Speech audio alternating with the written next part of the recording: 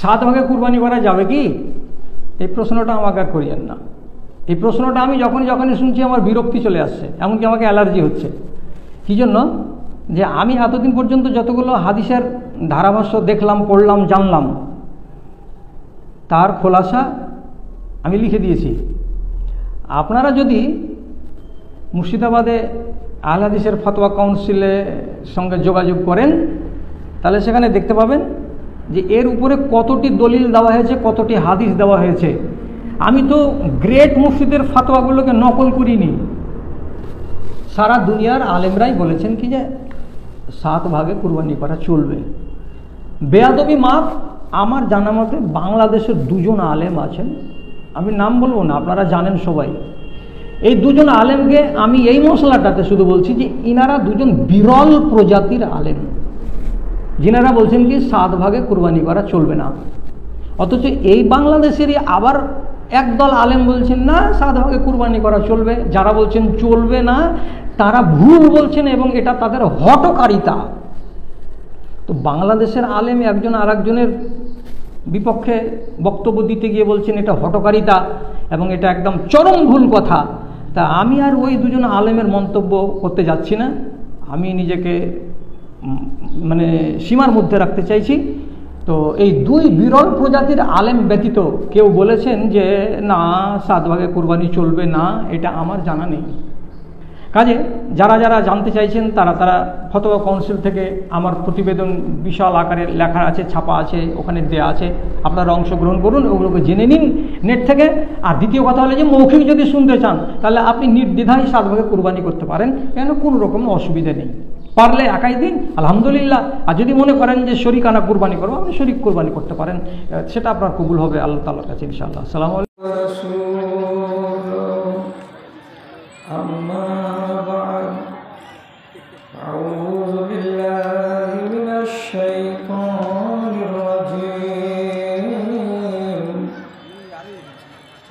বিসমিল্লাহির রাহমানির রাহিম। ইন্নাল্লাহা লা ইস্তাহি আন ইয়াদরিবা মাসালান মা বাউদাতান ফামা ফাওকাহা। ওয়া ক্বালা আল্লাহু তাবারাকা ওয়া তাআলা يؤتي الحكمة من يشاء ومن يؤت الحكمة فقد أوتي خيرا كثيرا।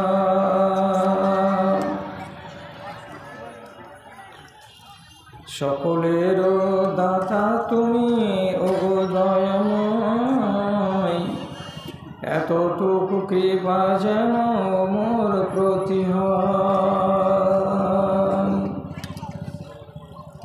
আমি হীন গুনাহগার অতি অসহায়, চলিতে বলিতে কত ভুল ত্রুটি হয়। সেসবের খতিয়ান নিও না তুমি, এইটুকু করুণা চাই শুধু আমি। এর বেশি চাহিবার আর কিছু নাই, সকলের দাতা তুমি ও দয়াময়। সাধ্যের বাহিরে কোনো ঝামেলা দিও না, আপদে বিপদে মোরে কভু ফেলিও না, তুমি কভু ফেলিও না। দয়া করে সব গুনাহ মাফ করে দিও, রহম করিও মওলা রহম করিও।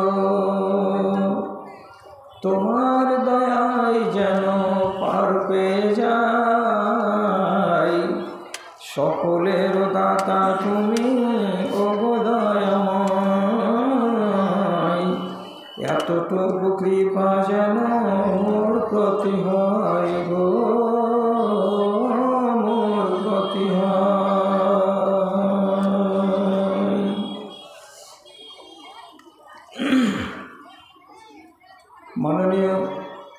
মুসলিম সমাজ, আরম্ভ মাত্রই আল্লাহ রাব্বুল আলামিনের শুকরগুজারি করছি এবং তার সংক্ষিপ্ত স্তুতি বাদ গাইছি যে মহান আল্লাহ তাআলা আমাদেরকে আজকের এই সমাবেশে যোগদান করে দ্বীন ও ঈমান সম্পর্কে বহুমুখী আলোচনা শুনে তা থেকে নিজেকে সমৃদ্ধ করে নেওয়ার এবং উপকৃত হওয়ার জন্য এত সুন্দর সুযোগ আমাদেরকে দান করেছেন। অতএব সেই আল্লাহ রাব্বুল আলামিনের দরবারে একটুখানি তার নামাক হালালি করার উদ্দেশ্যে তার গুণ গাইতে যাচ্ছি, তার শুকরিয়া আদায় করতে চাইছি মোহাব্বতের ভাষায় আলহামদুলিল্লাহ। তারপরে তার আখেরি নবী রহমাতুল আলামিন বিপ্লবী জননেতা জনাবে মুহাম্মদুর রাসূলুল্লাহ সাল্লাল্লাহু আলাইহি ওয়াসাল্লামের উপর শত সহস্র দরুদ ও সালাম বর্ষিত হোক। আল্লাহুম্মা সাল্লি আলাইহি আল্লাহুম্মা বারিক আলাইহি। বেরাদারান ইসলাম, আজ আপনাদেরকে একটা বিষয় সম্পর্কে অবগত করাবো মনে করেছি এবং এ বিষয়ে আমি অন্ততপক্ষে কারোর কাছ থেকে কোনোদিন কোনো জালসাই আলোচনা শুনতে পাইনি। তো নিজে নিজে ভাবলাম যে আমি কোনো না কোনো এক জায়গায় সুযোগ গ্রহণ করি এবং এ বিষয়ে কিছু কথা বলি। কথা হলো যে আমরা মুসলমান সমাজের লোক যেখানে সেখানে একটা শব্দ ব্যবহার করি মাঝে সাঝে, খুব পরিচিত শব্দ, সেটা হলো লজ্জা শরম। কিছু হয়ে গেলেই আমরা বলি ওকে লজ্জা নেই, কিছু হলে আমরা বলি ওকে শরম নেই।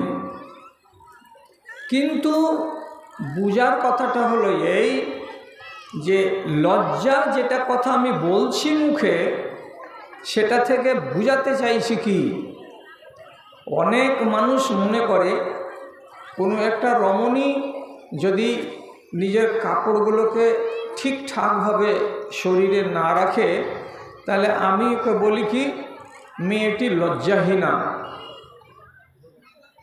তাহলে কোনো মেয়ে ছেলে যদি বেপরদা হয়ে থাকলো তো তাকে আমি কি বললাম, মেয়েটিকে লজ্জা নেই। কথাটাকে শিখে রাখুন, লজ্জা আলাদা জিনিস এবং পর্দা আলাদা জিনিস। যেটাকে আমরা বলি বাংলাতে লজ্জা, এটাকে উর্দুতে বলা হয় শরম, এবং যেটাকে আমরা বলি পর্দা সেটাকে আরবিতে বলা হয় হিজাব। পর্দা আলাদা জিনিস আর লজ্জা আলাদা জিনিস, দুটো এক জিনিস নয়। কাকে বলে লজ্জা আর কাকে বলে পর্দা? তো প্রথমে জেনে নিন যে কোনো একটি জিনিসকে সম্পূর্ণরূপে আবৃত করে বা ঢেকে রাখার নাম হলো পর্দা। যেহেতু নারী জাতিকে আল্লাহ রাব্বুল আলামিন তার মাথা থেকে শুরু করে পা পর্যন্ত সর্বাঙ্গ ঢেকে রাখতে বলেছেন, এই বিধানটাকে বলা হয় হিজাব, এটাকে বলা হয় পর্দা। এবার কেউ যদি পর্দা না করে তাহলে তাকে বলতে হবে আমাকে ঠিকঠাক ভাষায় যে এই মেয়ে ছেলেটি পর্দাহীনা। আর যে মেয়েটি পর্দা করে তাকে বলতে হবে পর্দাশীলা। একটা নারী পর্দাশীল আর একটা নারী পর্দাহীন। যে পর্দায় থাকে সে পর্দাশীল আর যে পর্দায় থাকে না সে হলো পর্দাহীন। লজ্জা কাকে বলে? লজ্জাটা হলো আরবি ভাষাতে বলা হয় ইনকিবাজুন নাফসে আলা শাইইন ওয়া তারকুহু খাউফান মিনাল লুমে। কাকে বলা হয় লজ্জা?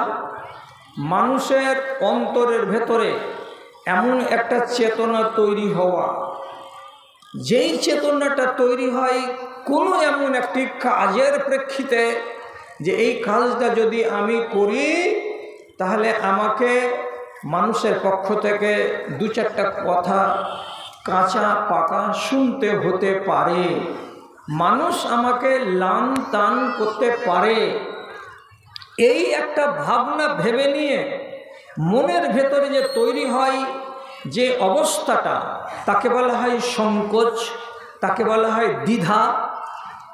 এই দ্বিধা এবং সংকোচ মনে তৈরি হয় বলে মানুষ কোনো একটা কাজ করে না। এই যে না করাটার নাম হলো লজ্জা। এই লজ্জাটারই আরেক নাম হলো শরম। এবার ভালো করে বুঝে রাখেন, লজ্জা ছেলে এবং মেয়ে উভয়ের জন্য রয়েছে, আর পর্দা নারীদের জন্য রয়েছে, নরেদের জন্য নেই। কি বুঝলেন কথাটা? পর্দা সারাটা শরীরকে ঢেকে রাখার বিধান, এটা নারীদের জন্য, আর যেটাকে বললাম লজ্জা শরম, এটা নর এবং নারী উভয়ের জন্য। আপনি যদি বুঝতে না পারেন যে মানুষের মনের ভেতরে যে এটা একটা মানে সংকোচ তৈরি হয়, মানুষের মনটা শুকড়ে যায় বা জড় হয়ে যায়, এটাকে বলে লজ্জা। কথাটা খুব ভালো করে বুঝতে পারবেন। আপনারা কি নিজের জীবনে এই গাছটাকে দেখেননি? যেই গাছটাকে একটুখানি সামান্য যদি আপনি এই রকম করে হাত দিয়ে ছুঁয়ে দেন, তাহলে তার পাতাগুলোর সাথে সাথে কি হয়ে যায়? জড়ো হয়ে যায়। সম্পূর্ণ পাতা কয়টা ওই ডালটার জড়ো হয়ে যাবে, কুঁকছে যাবে। এই গাছটাকে আমরা কি বলি? লজ্জাবতী।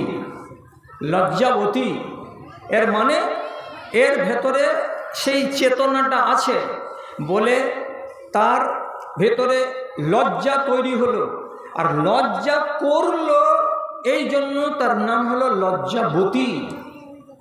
তেমনি একটা নারী, সে যদি লজ্জা করতে জানে তো তাহলে আমি তাকে বলবো লজ্জাবতী। একটা পুরুষ যদি লজ্জা করতে পারে তো তাহলে তাকে বলবো লজ্জাশীল। তাহলে লজ্জা হলো মানুষের মনের ভেতরে একটা দ্বিধা, একটা সংকোচ। এই জিনিসটাকে বলা হয় পিওর বাংলাতে লজ্জা। এটা খুব ভালো চরিত্র, এটা খুব গুণের চরিত্র। কেন? নবী করিম সাল্লাল্লাহু আলাইহি সাল্লাম বলছেন, সুনানুল আম্বিয়ায়ে আরবাউন, পৃথিবীতে আদম থেকে শুরু করে নবিয়ানা মুহাম্মদ সাল্লাল্লাহু আলাইহি সাল্লাম পর্যন্ত যত নবী এসেছিলেন, আল্লাহ তাআলা সমস্ত নবীকে চারটা জিনিসে সমান ভাগীদার বানিয়েছিলেন। চারটা জিনিসে সব নবীকে আল্লাহ তাআলা সমান ভাগীদার করেছেন। কেমন? একটার নাম কি? আল হায়াউ। পৃথিবীতে যত নবী এসেছিলেন সবাই নবী ছিল লজ্জাশীল। কোনো একটা নবীকে আপনি দেখতে পাবেন না চরিত্রের দিক দিয়ে তিনি বেলজ্জা ছিলেন। একটাও নবীকে দেখতে পাবেন না যে তিনি লজ্জাহীন ছিলেন, বরং সমস্ত নবীকে দেখা যাবে তারা লজ্জাশীল ছিলেন। দুই নম্বরে নবীজি বলছেন আত-তাআত্তুরু। আদম আলাইহিসসালাম থেকে শুরু করে আমার নবী পর্যন্ত যে কোনো নবী আতরকে পছন্দ করতেন, আতরকে ভালোবাসতেন। 3 নম্বর জিনিস হলো কি? আসওয়াক। পৃথিবীতে যত নবী পয়দা হয়েছেন সমস্ত নবী মিসওয়াককে বড্ড পছন্দ করতেন, দাঁতুনকে বড্ড পছন্দ করতেন। এবং 4 নম্বরে রাসূল করিম সাল্লাল্লাহু আলাইহি সাল্লাম বলছেন আত-তাযাওউজু। পৃথিবীতে যত নবী এসেছেন সমস্ত নবীর সুন্নাত হলো বিবাহ করা, শাদী করা। বিনা বিবাহে বিনা শাদীতে শুধুমাত্র 2 জন নবী থেকে গেছেন, সেটার কারণবশত থেকে গেছেন। বাকি একটাও নবী পাওয়া যাবে না যিনি বিবাহ করেননি, যিনি শাদী করেননি, যিনি সংসারের জীবনে আসেননি।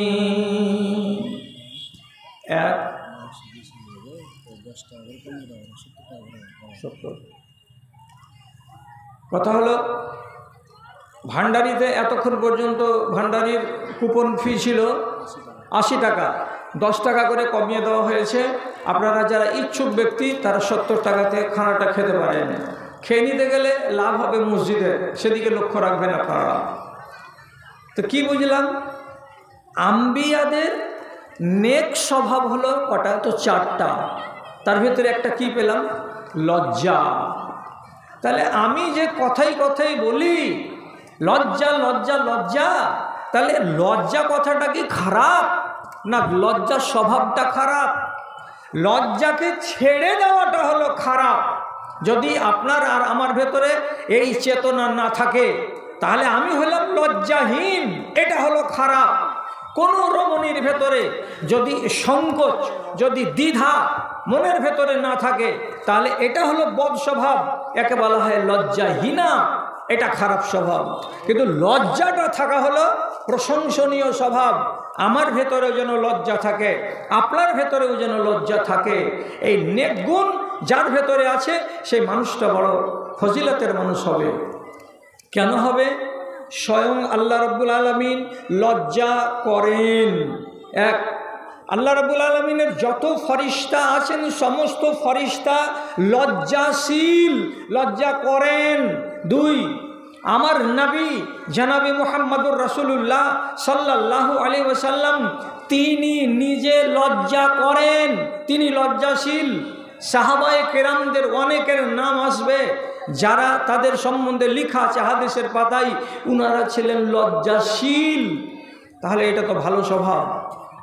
মা বোনেরা এবং ভাইয়েরা, গোড়াতেই বলেছি, কথার প্রতি খেয়াল করুন, আমি পর্দার কথা বলিনি। পর্দার আইন আলাদা, পর্দার ব্যাখ্যা আলাদা। আমি যেটা বলছি সেটা হলো লজ্জা। লজ্জার মানে হলো সংকোচ, লজ্জার মানে হলো দ্বিধা, এবং রেজাল্ট বা পরিণাম মন্দ আসতে পারে এই ভেবে কোনো মানুষ যদি কোনো কাজ না করে বা থমকে যায় তো তাহলে সেটাকে বলা হয় লজ্জা। আর একটা কথা জেনে রাখবেন, লজ্জার কত দাম। একটা মানুষের ইমানদারের জন্য লজ্জাটা হচ্ছে লাগাম। যেই লোকটার কাছে লজ্জা আছে সেই লোকটার কাছে ঈমান ঠিকঠাক আছে। যেই মানুষটার কাছে লজ্জা নাই সেই মানুষটার কাছে তার ঈমান ঠিকঠাক নাই। কোথায় পেলাম? নবী করিম সাল্লাল্লাহু আলাইহি ওয়াসাল্লাম বলছেন, আল হায়া ওয়াল ঈমান কুরনা জামিআ ইযা রুফিআ আহাদুহুমা রুফিআল আখারু। আল্লাহ তাআলা নবী বলছেন, লজ্জাকে এবং আপনার ঈমানকে একজনকে আর একজনের সঙ্গে বেঁধে রাখা হয়েছে, ঈমানকে ছেড়ে দেওয়া হয়নি।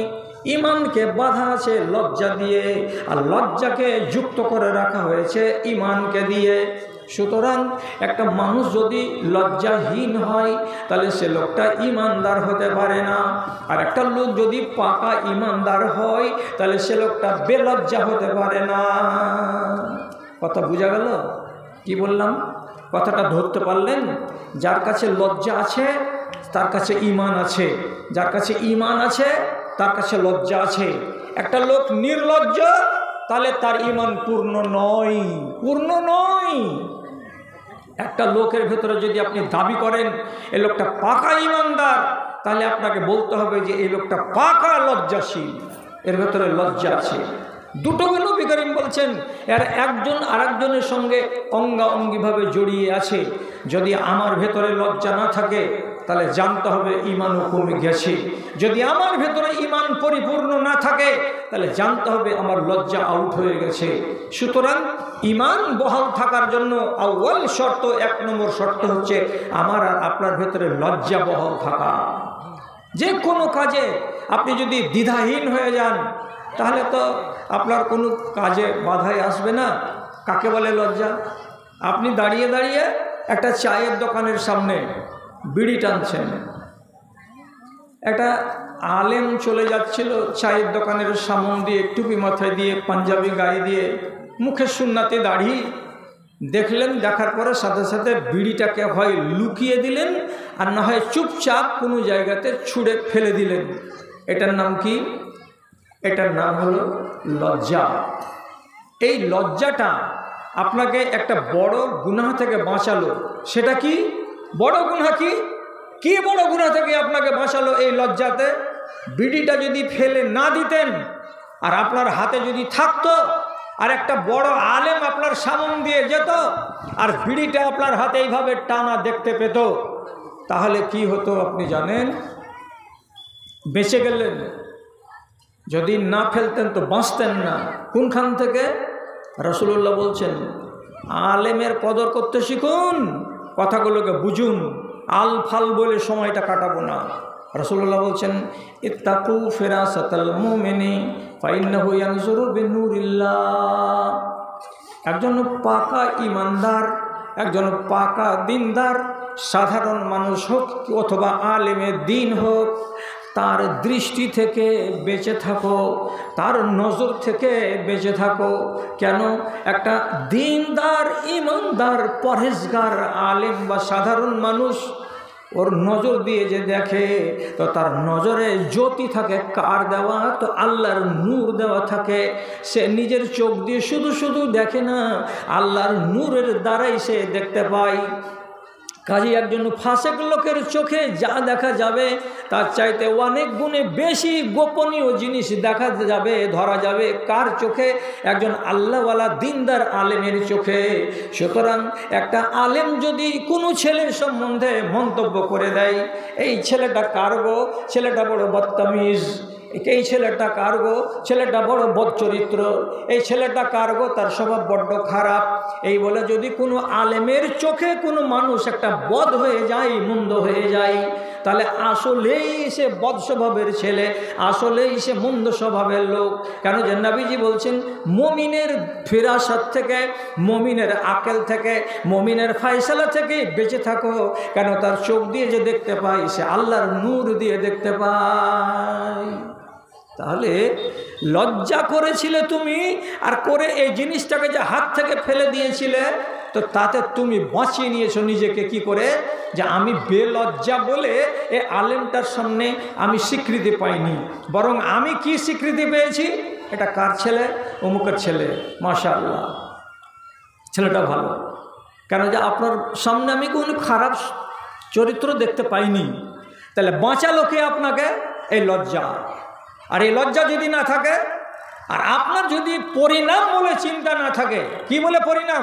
ধর এইগুলা মুলবিতে দেখলো তো কি, আল্লাহকে বলে ভয় করি না, ধর মুলবিকে দেখে ভয় করবো নাকি? এই ধরনের যদি বেহায়াই থাকে মানুষের ভেতরে, তাহলে মাথায় রাখেন কথা। রাসূলুল্লাহ সব শিক্ষা দিয়ে গেছেন। কি বলেছেন নবী? ইজা লাম তাস্তাহি ফাসনা মা শিতা। তুমি যদি শরম না করো, তুমি যদি লজ্জা না করো, তোমার ভেতরে যদি শরম না থাকে, তোমার ভেতরে যদি লজ্জা না থাকে, তাহলে পরে তোমার মনে যা লাগবে তাই করো। কেন? যে তুমি পরিণাম বলে চিন্তা করো না, তোমার পরিণাম যে খারাপ হবে সেটা বলে তুমি ভাবো না। অতএব তোমার যখন লজ্জা নাই, তখন যাহা ইচ্ছা তাহাই করে যাও, কোনো বাধা নাই, কোনো তোমাকে নিষেধ নাই। আর যারা ভাববে কি বলে? পরিণাম বলে। তো পরিণাম বলে যদি ভাবে, তাহলে পরে সে সংযমী হবে। আর সংযমী যদি হয়ে যায়, তার নাম লজ্জা। আর এই লজ্জা তাকে বেইজ্জতির হাত থেকে বাঁচাবে। ধরুন একটা নারী, কোনো এক মা, কোনো এক মহিলা, কোনো একটা বোন গলিতে ঝাড় ঝাঁটা দিচ্ছে, ওটা দিয়ে চলে যাচ্ছিল তার বাল্যকালের বন্ধু বা সাথী। ছেলেটাকে চিনে, আমি এই ছেলেটার সঙ্গে 3 বছর লেখাপড়া করেছি। তো ছেলেটা তো জানে না যে চাঁদমনির এই গলিটাতে আমার এই ক্লাসমেট মহিলাটা আছে। মহিলা নিজে আগ বাড়িয়ে বলছে, আব্দুল করিম কোথায় গেছিলা? মোটরসাইকেল থামিয়ে দিয়ে এদিকে ঘুরে তাকাচ্ছে, আর দেখার মাত্রই বলছে, আরে রোজিনা তুমি এখানে? মানে বলছে এইখানে আমার বিয়ে হয়েছে। ছেলেটা মোটরসাইকেল থামিয়ে ওখানে পা লাগালো, আর রোজিনা 1 পা 2 পা করে এগিয়ে এগিয়ে চলে গেল ওইখানে। এরা দুজন গল্প করছে। এইবার কথাটা ভালো করে মনে রাখুন, একটা মহিলা কোনো আজনাবী মানুষের সাথে বিনা কোনো প্রয়োজনে কথা বলতে পাবে না। একটা মহিলা কোনো একটা আজনাবী পুরুষের সামনে মুখ খুলে দিয়ে দাঁড়াতে পাবে না। একটা আজনাবী বেটা ছেলের সামনে একটা আজনাবী মেয়ে ছেলে এইভাবে নির্জনে এক জায়গাতে দাঁড়িয়ে কোনো কথা বলতে পাবে না। এখন এই মহিলা যদি তর্ক করে, কি বলে,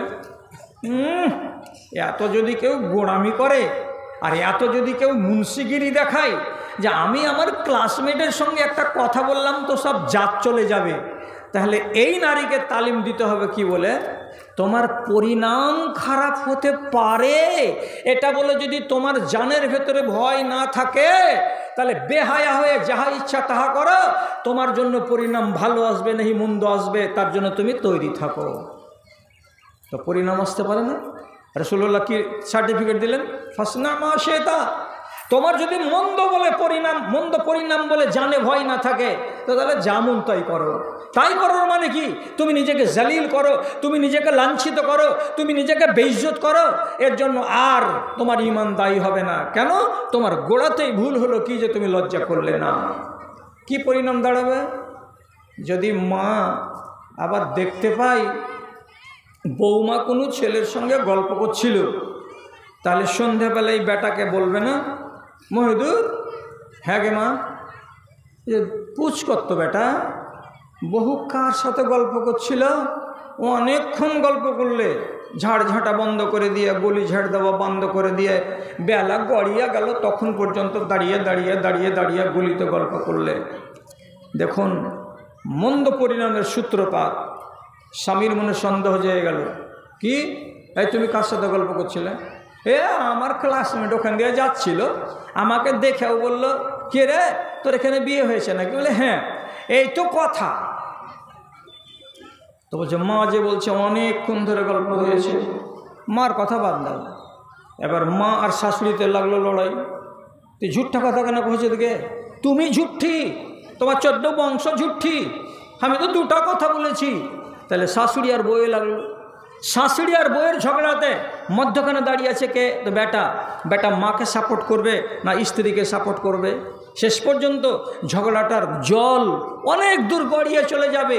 আর অনেক দূর যদি গড়িয়ে চলে যায় তাহলে হতে পারে এই নারীর কপালে কলঙ্ক আছে যে তুমি হলে বদচলনের নারী, বিয়ে হওয়ার পরে তুমি ক্লাসমেটের সঙ্গে 20 মিনিট কথা বলবা, তার মানে তোমার ভেতরে কি মন্দ জিনিস লুকিয়ে আছে। তোমার মতো বেটি ছেলেকে আমি স্ত্রী বলে রাখবো না, তুমি হলো কর্ণাষ্ঠা নারী, আমার বিশ্বাস তোমার উপর থেকে উঠে গেল, তোমাকে আমি আর পছন্দ করি না। এই যে দানা বাঁধবে দিলের ভিতরে, 3 দিন পর 4 দিন পর ঘা বড় হবে, ঘা বড় হতে হতে হতে হতে আর একদিন হবে কি, এই অবিশ্বাস দুজনের সংসারে ফাটল ধরাবে। মহিলাকে তখন নিজের বাপের বাড়ি চলে যেতে হবে। এখানেই শেষ নয়, কতটি ঝগড়া আছে। বাটনা মাদ্রাসায় ফতোয়া যাবে, কি ছেলেটা ছেড়ে দিবে, কি করা যাবে? তো মোহর দিয়ে দিবে, তালাক দিয়ে দিবে, বাস হয়ে গেল। তখন কোর্টে যাবে, কোর্টে যেতে গেলে তাকে মাসে মাসে 7,000 টাকা করে টানতে হবে। কতদিন? যতদিন এই মেয়েটির বিয়ে না হবে। আবার যদি উল্টো হয় যে এই মহিলাই বলছে ওর ভাত খাবো না, ভাত খাবি না তো তাহলে মোহরানা ঘুরিয়ে দে, ও যে 1 বছর আমার কাছে থাকলো তো মোহরানা কেন ঘুরিয়ে দিব? ঘুরিয়েও দিবেও না, খোলাও হবে না, সমাজ বসবে, লড়ালড়ি হবে, ফাসাদ হবে গ্রামের ভেতরে, কত জল কত দূর গড়িয়ে চলে যাবে। আপনি বুঝতে পারছেন? এই জন্য নবীজি আগেই সার্টিফিকেট দিয়ে বলেছেন, তোমাকে যদি লজ্জা না থাকে, অর্থাৎ তোমার পরিণাম কিছু ভয়ঙ্কর হতে পারে, এ কথার চিন্তা যদি মগজে না থাকে, তাহলে তোমার যেমন লাগে তাই করবা। মুখ পুড়ে যেতেও পারে, মুখ পুড়ে ছাই হয়ে যেতেও পারে। অতএব কি শিখলাম? লজ্জা এমন একটা গুণ, যে গুণটা মানুষের ভেতরে থাকতে গেলে তার ঈমান বৃদ্ধি হয়, মানুষটার ঈমান তাজা থাকে। এবং এই ভালো গুণটার সঙ্গে আল্লাহও জড়িয়ে, এই ভালো গুণের সঙ্গে নবী জড়িয়ে, এই ভালো গুণের সঙ্গে সাহাবায়ে কেরাম জড়িয়ে, সবাই জড়িয়ে। আপনাকে একটা কথা বলি, বেশি লম্বা চড়া কথা বলছি না, আপনাকে একটা ছোট্ট করে হাদিস বলছি। আল্লাহ তাআলা হায়া করেন না করেন না? সহিহ হাদিস, আল্লাহ রাব্বুল আলামিন নবী বলছেন, ইন্নাল্লাহা হাইউন কারীমুন ইয়াস্তাহি মিন আবদিহি ইযা রাফা'a ইয়াদাইহি আন ইয়ারুদ্দাহু সিফরা। কি বলা হলো? একটা বান্দা যদি সে নিজের মুসাল্লাতে বসে বসে এই রকম করে দুখানা হাতকে তুলে দিয়ে আল্লাহ রাব্বুল আলামিনের কাছে কিছু চাই, কিছু যদি দরখাস্ত করে, যেমন কোনগুলো দোয়া? আল্লাহুম্মা ইন্নী আসআলুকাল জান্নাতাল ফিরদাউস, আল্লাহুম্মা ইন্নী আসআলুকা ইলমান নাফিয়ান। এই আসআলুকা কিংবা রব্বানা রব্বানা, এই যে রব্বানা রব্বানা বলে ডাকছে, কিংবা আসআলুকা এই আল্লাহ আমি তোমার কাছে চাইছি, আল্লাহ তোমার কাছে চাইছি, এই বলে কোনো বান্দা যদি নিজের হাত দুখানাকে তুলে দিয়ে আল্লাহ রাব্বুল আলামিনের কাছে কিছু চাই, তো নবীজি বলছেন আমার আল্লাহ হলো অত্যন্ত লজ্জাশীল। আল্লাহ তাআলা বলছেন ওই হাত দুখানাকে খালি খালি ফিরিয়ে দিতে আমাকে বড্ড লজ্জা লাগে। আমি ওই বান্দার হাতকে খালি খালি ফিরিয়ে দেব, কিছুই দিব না তার হাতে, এটা করতে আমাকে বড়ই লজ্জা লাগে। বড় লজ্জা লাগে মানে কি? আল্লাহ তাআলা বলছেন তখন আমার মনের ভেতরে এটাই তৈরি হয়, কি করে আমি আমার বান্দাকে খালি ফিরিয়ে দিব, এটা মনে আমার দ্বিধা লাগছে, আমার মনের ভেতরে সংকোচ তৈরি হচ্ছে। আল্লাহ তাআলা তখন বলেন কি, না না, আমার এই বান্দার হাতকে খালি ফিরিয়ে দেওয়া যাবে না। কি পেলাম? আল্লাহ তাআলা আপনার হাত দুখানে দেখে উঠে আছে, ভিক্ষার মতো করে আপনি তুলে আছেন হাত, তাকে দেখে আল্লাহকে কি লাগলো? লজ্জা লাগলো। আল্লাহর লজ্জা আর আমাদের লজ্জাতে আসমান জমিনের তফাৎ আছে। মোটা অঙ্গে বুঝেন যে আল্লাহ রাব্বুল আলামিনের ভেতরেও কি আছে? লজ্জাবোধ আছে। ইয়াকে দিব না, কি বলবে লোকটা? কি বলবে মানে কি? একটু পরেই, 3 দিন পরেই এই লোকটা যদি উল্টা কথা শুরু করে দাও আল্লাহর শানে, কি বলে উল্টা শুরু করবে? হ্যাঁ, কত চাইলাম, দোয়া করে করে হাত উঠিয়ে হাতকে মানে ঢিল করে দিলাম, বগলে ব্যথা হয়ে গেল, কিন্তু আল্লাহ তাআলা দেয় না। তো না না না, আল্লাহ গরিবকে দিবে না, আল্লাহ দিবে তো সব লাট সাহেবগুলোকে দিবে।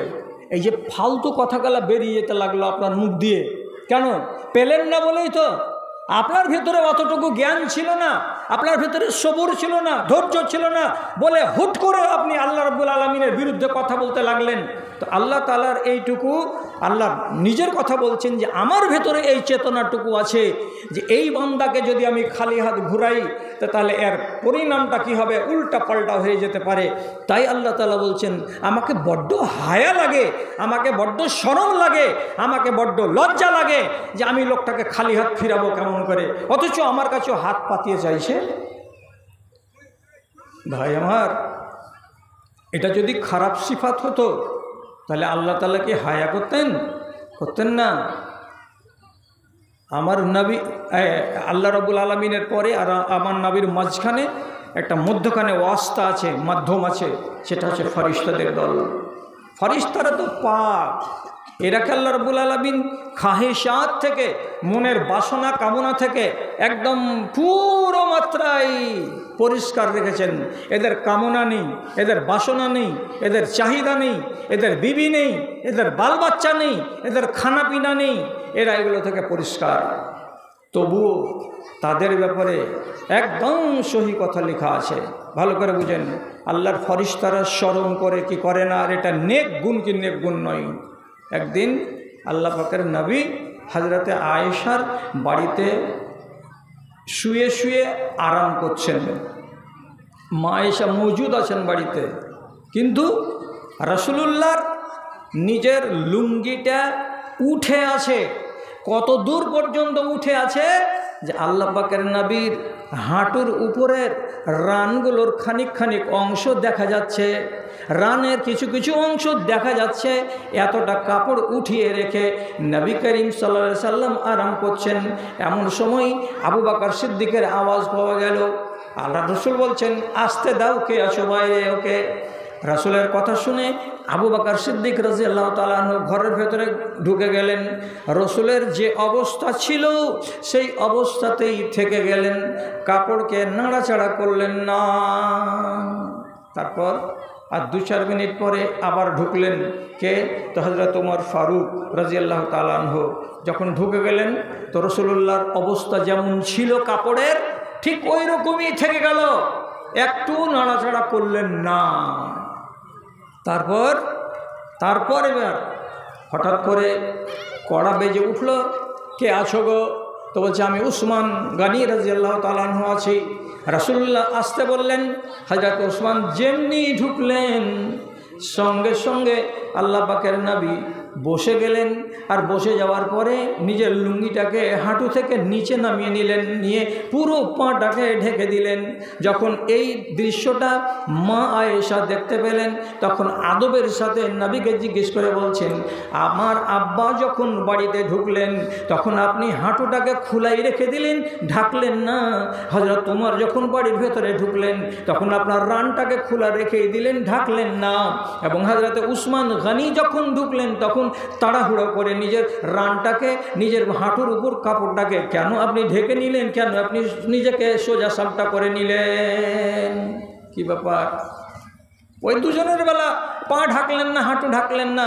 আর উসমান গনি যখন এলেন তখন আপনি তাড়াতাড়ি করে হাঁটুকে ঢাকছেন, রানকে ঢাকছেন, পাকে ঢাকছেন। এর মানেটা কি বুঝতে পারলাম না আমি। নবীজি কি বলছেন?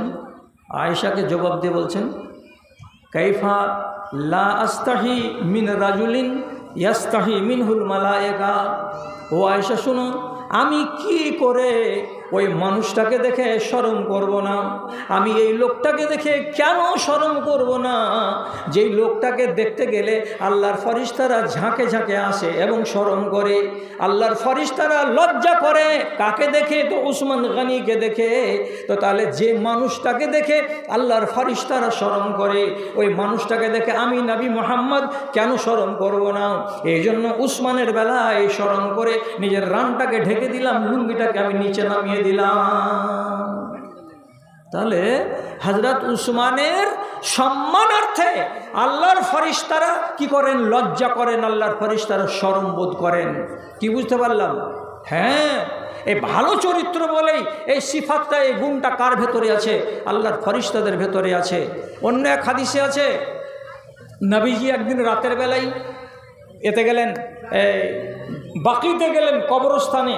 তো বাকি কবরস্থানে গেলেন, সেখানে গিয়ে দোয়া মাংলেন কবরবাসীদের জন্য। তো লম্বা চওড়া হাদিসের একটু শর্ট কথা বলি, শর্ট যেটুকু আমার নেওয়ার আজকের মতো সেইটুকু এই, হযরত আয়েশা পিছনে পিছনে চলে গেছিলেন, দিয়ে দেখতে গেছিলেন যে রাসূলুল্লাহ কি আমার বাড়ি বাদ দিয়ে অন্য কোনো বিবির বাড়ি চলে গেলেন নাকি। তো দেখছেন রাসূলুল্লাহ এখানে দাঁড়িয়ে দাঁড়িয়ে দোয়া করছেন। তারপরে যখন রসুল বাড়ির দিকে রওনা হয়েছেন তখন হযরত আয়েশাও বাড়ির দিকে রওনা হয়ে গেছেন। হাঁপতে হাঁপতে হাঁপতে হাঁপতে আয়েশা বাড়িতে ঢুকলেন, রাসূল করিমও বাড়িতে ঢুকলেন। ঢোকার পরে তখন আয়েশা যেমনি এমনি করে জোরে জোরে হাঁটার কারণে হাঁপছেন। তখন রাসূলুল্লাহ বলছেন, কি ব্যাপার, তুমি হাঁপছো কেন এত?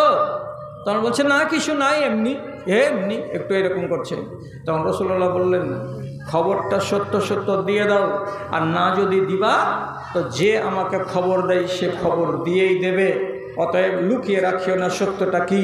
তখন আম্মা আয়েশা বললেন, ব্যাপারটা এই, আপনাকে আমি চেক করার জন্য আপনার পিছনে পিছনে রওনা হয়েছিলাম কবরগাহ পর্যন্ত। আপনি যখন উল্টো পথে রওনা হলেন তখন আমিও দৌড়ে দৌড়ে বাড়ি এসেছি বলে আমার শ্বাসটা ফুলছিল, আমি হাঁপাচ্ছিলাম। তখন নবীজি বলছেন, জানি জিবরিল, কিছুক্ষণ আগে আমার কাছে জিবরিল এসেছিলেন, ও আনতে নাইমা, তুমি ঘরের ভেতরে, আনতে ওয়াজে আতুন সেয়াবাকে, তোমার ঘরের ভেতরে তুমি ছিলে, আমিও ছিলাম, কিন্তু তোমার গায়ে কাপড় ছিল না ভালোভাবে। নিধের অবস্থাতে মানুষের গায়ে ঠিকঠাক কাপড় থাকে না। তোমার মাথাটা খোলা ছিল, নিধের অবস্থায় তোমার পেট ফাঁকা ছিল, তোমার হাতগুলো খোলা খোলা ছিল। এই টাইমে হযরতে জিবরিল আমার কাছে এলেন, ঘরের ভেতরে চলে যেতেন, কিন্তু গেলেন না। কেন গেলেন না? যে তুমি উলঙ্গ, খানিকটা উলঙ্গ হয়ে, খানিকটা আধা উলঙ্গ হয়ে, অর্থাৎ কাপড়কে ফেলে দিয়ে এলোমেলো হয়ে শুয়ে আছো। আর এই রকম অবস্থায় যদি জিবরিল চলে যান মানুষের সকালে, আর তুমি যদি জানতে পারো, তাহলে তোমার ভেতরে একটা কেমন কেমন ভাব তৈরি হবে, আর তাতে তুমি লজ্জা পেয়ে যাবে বেশি বেশি মাত্রায়, যে আহারে একটা আলগা মানুষ আমাকে দেখে নিল, আমার শরীরটা তার নজরে পড়ে গেল। এই জন্য তোমাকে ঝামেলাই ফেলবে না, তোমাকে লজ্জাই ফেলবে না বলে হযরতে জিবরিল নিজে লজ্জা বোধ করলেন, করে বাড়ির বাইরে গেটের কাছে দাঁড়িয়ে থাকলেন, তোমার ঘরের ভেতরে ঢুকলেন না।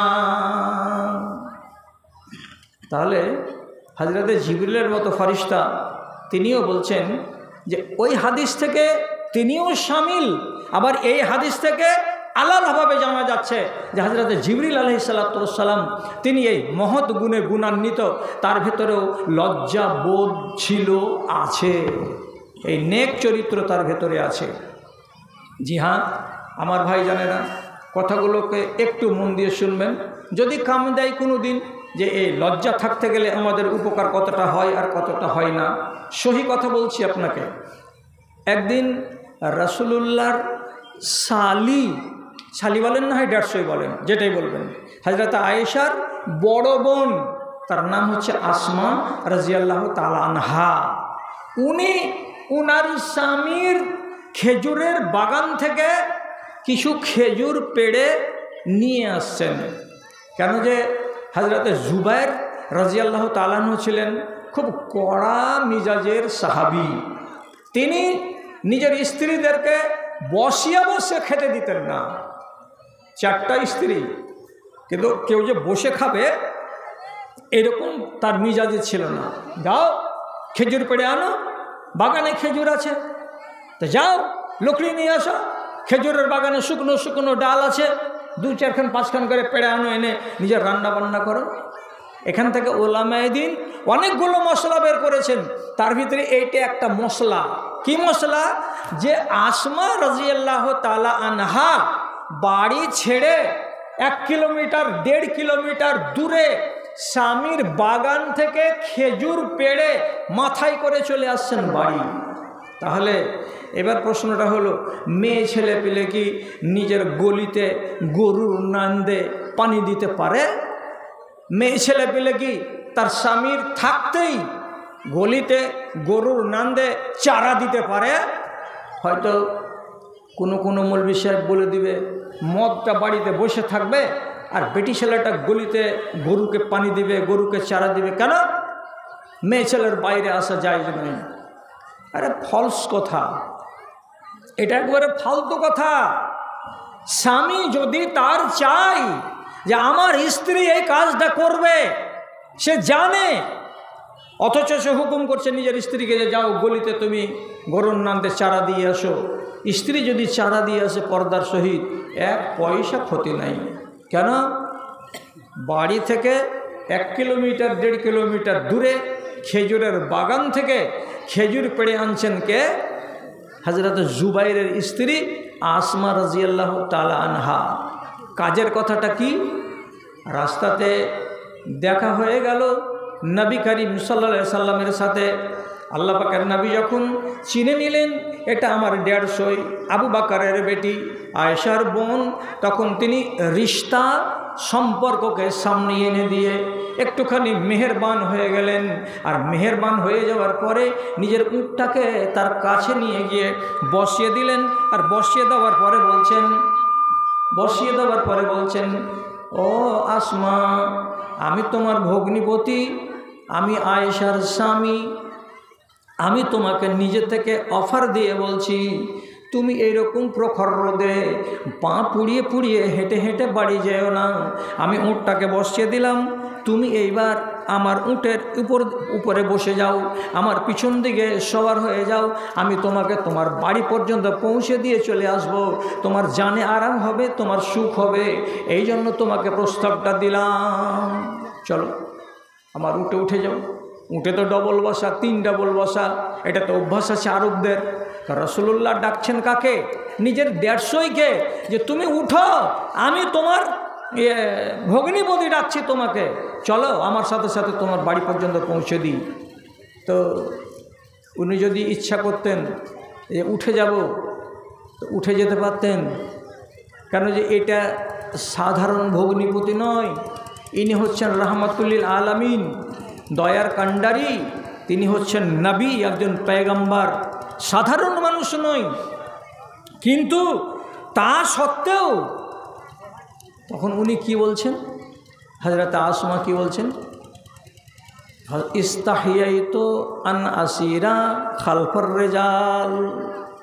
আমি আমার ভগ্নিপতিকে বলছি, হে আল্লাহর রসুল, আপনি আমার খাতিরে উটটাকে বসিয়েছেন, ভালো কথা। আপনি আমাকে পিছন দিকে বসতে বলছেন, বাড়ি পর্যন্ত পৌঁছে দিবেন, ভালো কথা। কিন্তু আমাকে বড্ড লজ্জা লাগছে, আমার মনে বড্ড দ্বিধা হচ্ছে, আমার মনের ভেতরে বড্ড সংকোচ তৈরি হচ্ছে।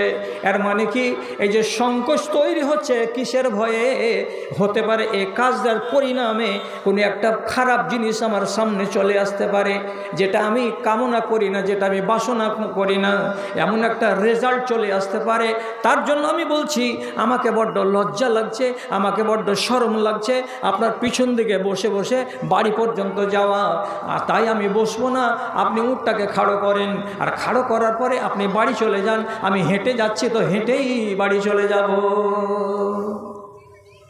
আচ্ছা, উনার জানে হায়া চলে এলো, তো হায়ার কি মানে বলেছিলাম, পরিণাম কিছু একটা অশুভ হতে পারে এরকম মনের ভেতরে চিন্তা যদি তৈরি হয়, আর এই জিনিসটার কারণে কেউ যদি কোনো কাজকে বন্ধ করে দেয়, রহিত করে দেয়, বাদ দিয়ে দেয়, তো এটার নাম হলো কি? পর্দা। এটার নাম হলো মানুষের ভেতরে যে তৈরি হচ্ছে, এটার নাম হলো হায়া। তো হযরতে আসমা কি ভাবলেন মনে মনে, আচ্ছা আমার পরিণামে কোনো মন্দ কিছু দেখা দিতে পারে? তো পারে না দেখা দিতে? নিশ্চয় দেখা দিতে পারে। কেমন?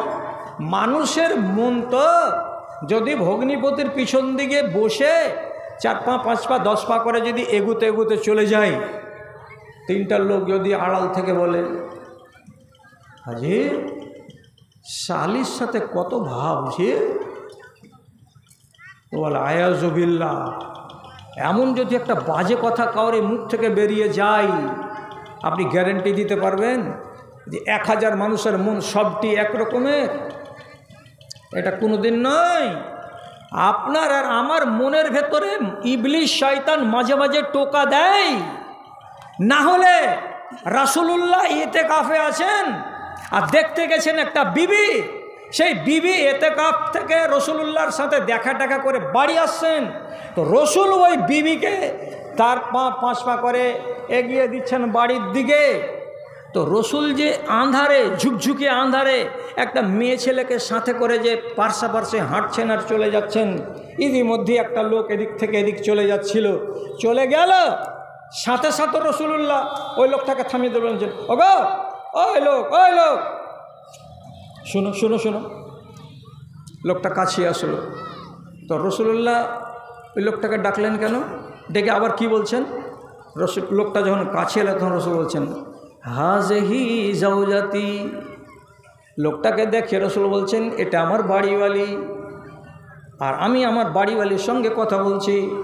তখন লোকটা আর দিশা না পেয়ে অন্য কথা বলার আগে আগে রসুল ইশারা করে বললেন, তুমি চলে যাও। কেন বললেন নবীজি এই কথাটা? এই জন্য বললেন, এ মানুষটা যখন চলে যাবে খানিকটা দূর, তখন ওর মনের ভেতরে ওর শয়তান যদি ওকে এমনি করে ফুসকি দেয়, তো দেওয়ার পরে মনে মনে বলবে, আহারে রাত্রি 4টার সময় নবীজিকে একটা আলগা বেটি ছেলের সঙ্গে গল্প করতে দেখলাম। তাহলে অথচ নবীজি নিজের বিবির সঙ্গে গল্প করছিলেন, আর আমার মনের ভেতরে ওহাম তৈরি হলো কি বলে, যে নবীজি একটা আলগা বেটি ছেলের সঙ্গে গল্প করছিলেন। এ কথাটা যদি তার মনে জেগে যায়, তো সে লোকটা গুনাহগার হবে, আর আমার সম্বন্ধে একটা বাজে ধারণা তৈরি হবে। তার জন্য নবীজি আগেই কথাটাকে বন্ধ করে দিলেন, ডেকে বললেন, খবরদার মনের ভেতরে বাজে কল্পনা যেন তৈরি না হয়, এটা অন্য মেয়ে ছেলে নয়, এটা আমার বিবি, তার সঙ্গে আমি কথা বলছি। কথা বুঝা গেল? তাহলে হযরতে আসমা কেন বলছেন যে আমাকে লজ্জা লেগে গেল, এই জন্য আমি নবীজির পিছন দিকে চললাম না? কিসের লজ্জা? কোনো লোক যদি বলে দেয় আমার স্বামীকে গিয়ে, তোমার স্ত্রীকে দেখতে পেলাম আজকে খেজুরের বাগান থেকে খেজুরের পুঁটলি নিয়ে তার ভগ্নিপতির সাথে বসে একই উঁটে চড়ে বাড়ির দিকে এসেছে, যদি এমন কথাটা হযরতে জুবাইরের কানে চলে যায়, তাহলে জুবাইর লোকটা কেমন কঠিন কঠিন সাংঘাতিক লোক।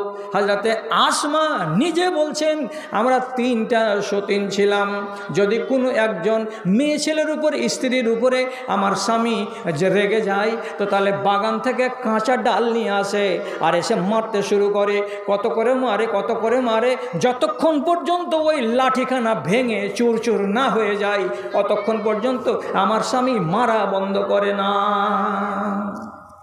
কত রাগাল!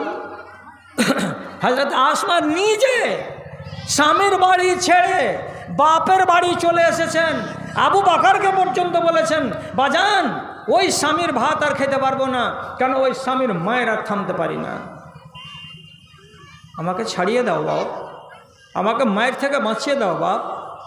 তো আবু বকর সিদ্দিক এত সহজ সরল মানুষ, তিনি রাসূলুল্লাহ হাদিস বলতেন, বেটি তুমি একটা কথা জানো, কোনো একটা মেয়ে ছেলে যদি স্বামী থাকে, সেই স্বামীটা যদি তার উপরে রাজি থাকে, আর ওই হালাতে যদি স্বামীটা মরে যায়, আর তারপরে ওই নারী যদি অন্য কোনো জায়গায় বিবাহ না করে, আর ওই স্বামীর অধীনস্থ থাকা অবস্থাতেই স্বামী মরার পর সে যদি আবার মরে যায়, তো রব্বুল আলামিন ইয়াজমাউ বাইনাহুমা ফিল জান্নাতে, ওই স্বামীটার সঙ্গে এই বিবিটাকে জান্নাতে আবার একত্রিত করে দেবেন। কাজে জুবাইরের মতো সাহাবিটা নেককার সাহাবি, ও যদি তোমাকে একবার মারেই বা, তো রাগ করিও না, তার কাছে তালাক নিও না। এই স্বামী যেদিন মরে যাবে, তারপরে তুমি যখন মারা যাবে, কিয়ামতের দিন এই নেককার সাহাবীর সঙ্গে তুমি আবার জান্নাতে ঘর বানাতে পাবে। সবুর করো বেটি, সবুর করো। জি, বড় বেটা আব্দুল্লাহ বিন জুবায়ের, আব্দুল্লাহ বিন জুবায়েরের সামনে হযরত আসমাকে মেরেছেন হযরত জুবায়ের। বেটা একদিন বেঁধে গেল বাপের সামনে, এই এমনি করে আমার মাকে মারো কেন জি? সেদিন তো ছেড়ে দিল। তারপরে আবার 8 দিন 10 দিন 15 দিন 20 দিন পরে আবার স্বামী স্ত্রীতে কোনো কথা কাটাকাটি হয়েছে, হাতে লাঠি নিয়ে এবার স্ত্রীকে মারবে। আর যেমন মারার প্রস্তুতি নিয়েছে, হযরতে আসমা চট করে ডেকে বলছে, আব্দুল্লাহ, আব্দুল্লাহ কোনটা আসিস রে, দড়ি আয় তো রে। আব্দুল্লাহ চলে এলেন, বেটা সাবালক বেটা।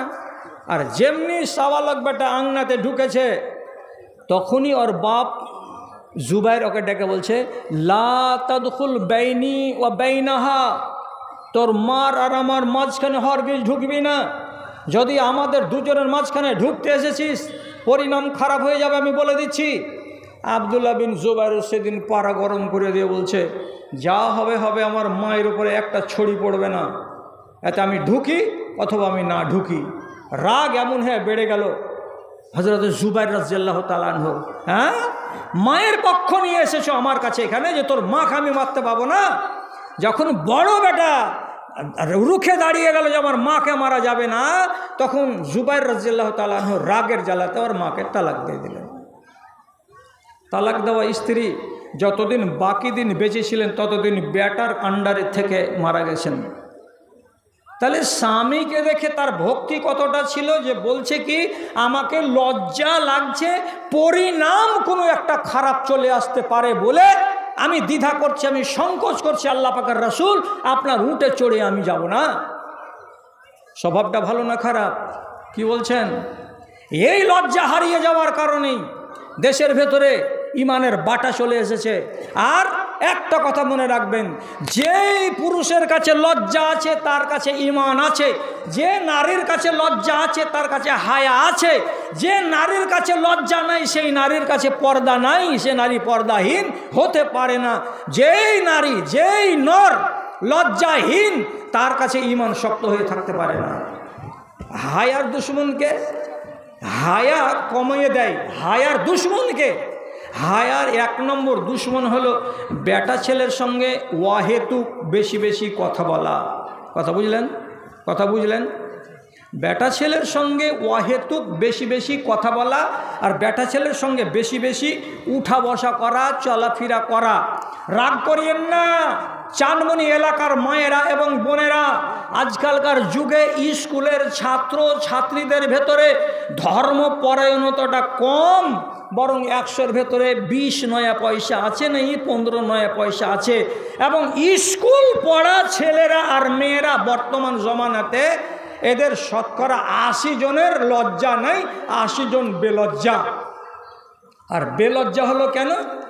এই এক জায়গাতে উঠা বসা করে গল্প করা করি, খাতা নেওয়া নেই, আর বই নেওয়া নেই, আর কলম দেওয়া দেই, আর এই দেওয়া দেই, আর সেই দেওয়া দেই করে ওপেন কথা বলা বলি বেশি বেশি করে করার কারণে নারীর ভেতর থেকে লজ্জা হারিয়ে যাচ্ছে, নরের ভেতর থেকে লজ্জা হারিয়ে যাচ্ছে। আর লজ্জা যতটুকু হারাচ্ছে ততটুকু তার ঈমান নিচু দিকে যাচ্ছে। আর পহিলা নম্বর ইফেক্ট হচ্ছে কি, নারীর কাছ থেকে পর্দা পালিয়ে যাচ্ছে। যে নারী লজ্জাহীন হবে সে নারীর কাছে পর্দা থাকবে না। এটা গ্যারেন্টিযুক্ত কথা। ভাইরা আমার, তাহলে লজ্জা কত দামি জিনিস, একটা ব্রেকের মতো আপনাকে বাঁচিয়ে রাখবে, আপনার ইমানকে হেফাজত করবে। এই লজ্জাতে একটা কাজ করতে বেরিয়েছেন, হঠাৎ করে মনে মনে বলছেন আমি যদি এই কাজটা করি না, তাহলে গত কালকেই চানমনি মোড়ের লোকেরা আমার সম্বন্ধে এইসব কথা বলে বেড়াবে, না এই কাজ আমি করব না। আপনি থেমে গেলেন, ওই কাজটা করতে গেলেন না। এমন যে কোনো কাজ আপনার পরিণাম খারাপ হতে পারে, এই ভেবে যদি আপনি থেমে যান, এটার নাম হলো লজ্জা। আপনার ইমানকে বৃদ্ধি করবে এই জিনিসটাই। দাদারে আমার, অনেক কথা বলি, লজ্জা কাকে বলে আর শিখবেন কি করে। আচ্ছা, একটা লজ্জার কথা বলছি, সেটা কথা কি, আপনার আমার বাপ তুল্য লোক, আর আমার ডান দিকে বসেছে, এরা আমার মায়ের জাত। দেখেন, শরীয়তে লজ্জার কথা জানতে গিয়ে যদি আপনি লজ্জা করেন, এটা ফের অন্যায়। কি বললাম? শরীয়তের কথা জানতে গিয়ে যদি লজ্জা করেন, তাহলে এটা অন্যায়। শরীয়তের কথা জানবার কালে আপনাকে লজ্জা করা চলবে না। আপনাকে লজ্জাটাকে বাদ দিয়ে, দ্বিধাকে বাদ দিয়ে, সংকোচকে বাদ দিয়ে আপনাকে শরীয়ত জানতে হবে। এটা একটা কথা যেন মাথায় থাকে। এখন আপনার গ্রামের একটা আলেমের কাছে গেছে একটা মেয়ে ছেলে, আর যাওয়ার পর একটা দিনের মশলা জিজ্ঞেস করবে, তো মনে মনে খালি বলছেন মেয়ে ছেলে মানুষ, ওগুলা মেয়েলি ব্যাপার, মুলি সাহেবকে কেন করে কহবো, শরম লাগছে। তো শরম লাগছে বলে যদি একটা মশলা তুমি না জানো, আর না জেনে তুমি যদি জীবন ধরে ভুল করো, এটা অন্যায়। এইটা লজ্জা করা যাবে না। হাদিস কি বলছি আপনাকে? রাসূলুল্লাহ বলছেন, নেমা নিসাউল আনসার, আনসারদের মেয়ে ছেলেগুলো কত ভালো গো, আনসারদের মেয়েগুলো কত ভালো গো। কেন ভালো? আনসারি মেয়েদেরকে কেন নবীজি বলছেন এরা কত ভালো? তো নবী তার জবাব দিয়ে বলছেন, ফাইন্নাহুন্না ইয়াসআলনা আন উমুরিদ দীনিহিন্না ওয়ালা ইয়াস্তাহিনা, ধর্মের বিষয়ে আনসারি বেটি ছেলেরা হায়া করে না, শরম করে না, লজ্জা করে না। তারা সামনাসামনি আমাকে জিজ্ঞেস করে আর আমার কাছ থেকে জবাব শিখে যায়। এই জন্য নবীজি বলছেন এরা কত ভালো মেয়ে ছেলে। ধর্মের বিষয়ে যদি কোনো জানার কথা থাকে, তাহলে আপনাকে লজ্জা করা চলবে না। একটি মেয়ে ছেলে রাসূলুল্লাহকে জিজ্ঞেস করছেন, আল মারাতে গোসলুন, এ আল্লাহর রসুল, আমি তো শুনেছি মুখে মুখে বেটা ছেলেদের স্বপ্নদোষ হয়, আর বেটা ছেলেদের স্বপ্নদোষ হতে গেলে তারা গোসল করে। আমি জানতে চাইছি আপনার কাছে, কোনো মেয়ে ছেলে যদি স্বপ্নদোষ হয়, তো তাহলে মেয়ে ছেলেকেও কি গোসল করতে হবে নাকি? একটু জানতে চাই আপনার কাছে। নবী করিম সাল্লাল্লাহু আলাইহি সাল্লাম বলছেন, আরে পাগলি বেটি ছেলে, কোনো পুরুষ লোকের যদি স্বপ্নদোষ হয় এবং তার কাপড় যদি খারাপ হয়ে যেয়ে থাকে, তো তাহলে ও যেমন নাপাক হয়ে যায়, তখন তাকে গোসল করতে হয়। তেমনি কোনো রমণী যদি রাতের বেলায় স্বপ্ন দেখে বা দিনের বেলায় স্বপ্ন দেখে, আর স্বপ্ন দেখার পরে তার কাপড়ে যদি কোনো রকমের কোনো কিছু কিঞ্চিত আলামত বা পরিচয় দেখতে পাওয়া যায় যে এখানে কোনো নাপাক জিনিস লেগে আছে, তাহলে সেই মেয়ে ছেলেটিকেও গোসল করতে হবে। সেও নাপাক হয়ে যায়, কাজে তাকে পাক হতেই হবে। রসুলের বিবিরা খালি চিমঠি কাটছে আর তাকাইছে আর বলছে, হেই হেই ওগুলা কথা, হেই ওগুলা কথা কিসের লাগা জিজ্ঞেস করতে ইচ্ছ নবীজিকে, এখানে এদিকে চলে ছুটে এসো। রসুল আবার পাল্টা কি বলছেন, আনসারি বেটি ছেলেরা কত ভালো গো, এরা ধর্মের বিষয়ে শরম করে না, এরা ধর্মের বিষয়ে লজ্জা করে না। আর এটাই হলো ভালো কথা, যদি তুমি ধর্মের বিষয়ে লজ্জা করবে তো তোমার জ্ঞানটা শূন্য হয়ে থেকে যাবে। কাজে ধর্মের বিষয়ে লজ্জা করতে হবে না। এবার আপনাকে কি শেখাবো? হযরত আলী, একটা উশিদা কথা বলছি, একটা লজ্জার কথা বলছি। এ কথাটা আপনারা আমার বাপ তুল্য, আর ডান দিকে মেয়ে ছেলেগুলো আছে এরা আমার মা তুল্য। খারাপ সেন্সে কেউ নেবেন না। তা কি ভালো করে বুঝেন, পুরুষ লোকের সহবাসের কালে তার শরমগাহ দিয়ে একগুলো সাদা সাদা বিন্দু বিন্দু পানি বেরোয়, একে বাংলাতে বীর্য বলা হয়। আবার এ বীর্য থেকে একটু হালকা, সামান্য একটু হালকা পানির মতো এটা কখন বেরোয়? যখন এই ধরনের কোনো আলোচনা করে কিংবা নিজের স্ত্রীর কাছে এক জায়গায় ঘুমিয়ে থাকে বা স্ত্রীর সঙ্গে কথোপকথন করে, গল্প টল্প করে, তখন আবার লিঙ্গের মাথা দিয়ে ওই রকমেরই এক জাতীয় পানি বের হয়। তাকে আরবি ভাষাতে মাজি বলা হয়। বীর্য বের হলে গোসল করতে হবে। হযরত আলী রাদিয়াল্লাহু তাআলা আনহু মনে মনে বলছেন, যখন এইটা আমাদের গোপন অঙ্গ দিয়ে বেরিয়ে আসছে, দেখতে তো বীর্যের মতো সাদাই লাগছে, তবে ওটা হয় গাঢ় বেশি, এটা হলো হালকা, তো মনে হয় জিনিসগুলো একই আছে। অতএব এর আগে